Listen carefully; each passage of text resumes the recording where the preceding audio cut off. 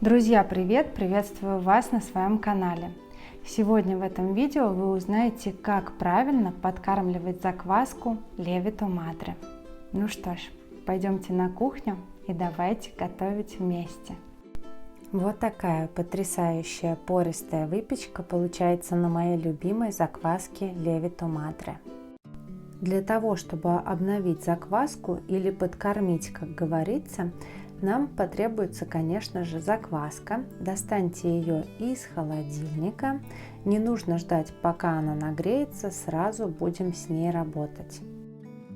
Также нам потребуется чистая чаша, обязательно чистая и сухая. В нее перекладываем закваску, и, как вы видите, нам потребуются еще весы. Всегда все пропорции должны быть взвешены и выверены четко, а не на глаз.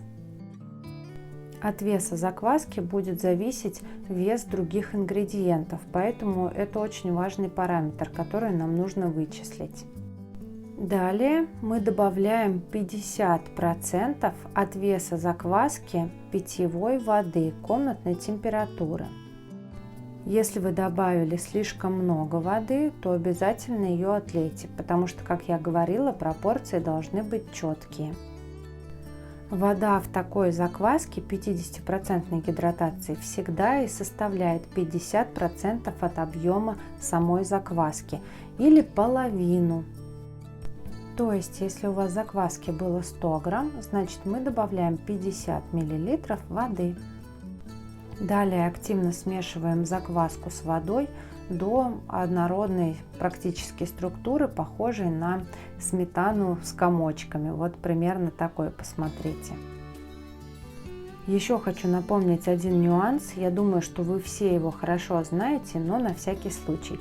Все рабочие поверхности, чашки, миски и руки обязательно должны быть чистыми и сухими перед работой с закваской.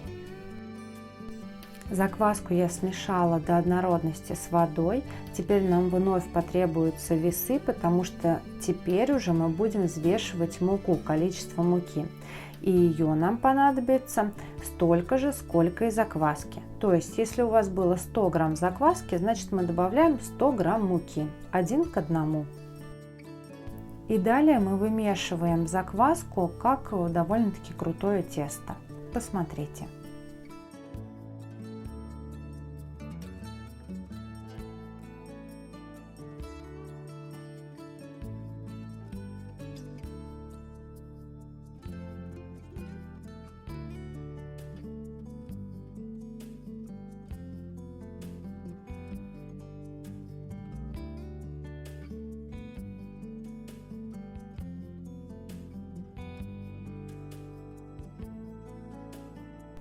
Всю муку мы собрали в тесто.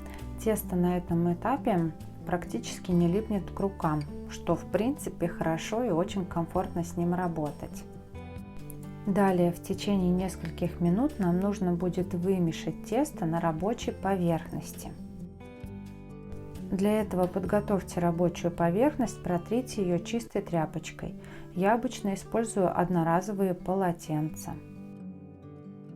Затем вымешиваем тесто или закваску, как и хотите, так и называйте, на рабочей поверхности до гладкого состояния, потому что на данный момент, как вы видите, она такая не совсем однородная и пупырчатая, а нам нужно более-менее до гладкости его вымешать.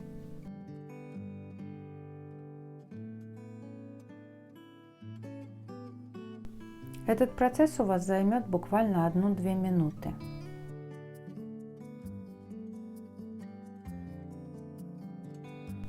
Теперь посмотрите, какая однородная структура у теста стала у нашей заквасочки. Нарезаем ее классическим вариантом вот так крест-накрест и помещаем в нашу чашу, в которой мы замешивали закваску. Накрываем крышкой плотно и оставляем при комнатной температуре на 3-4 часа. Внимание, очень важный момент.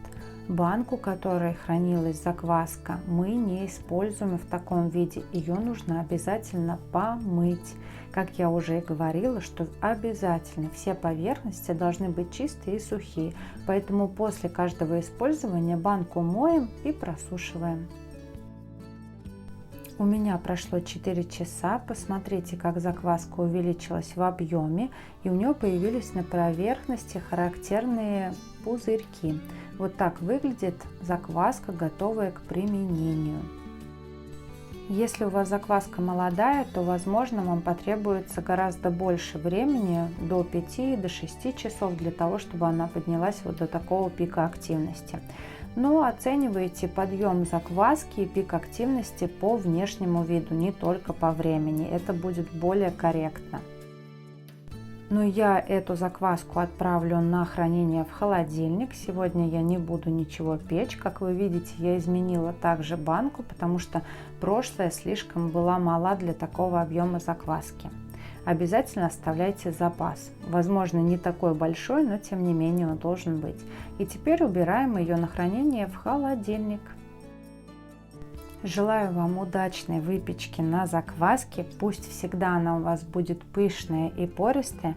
Если у вас остались какие-то вопросы, обязательно задавайте в комментариях под видео. Хорошего вам настроения и до новых встреч!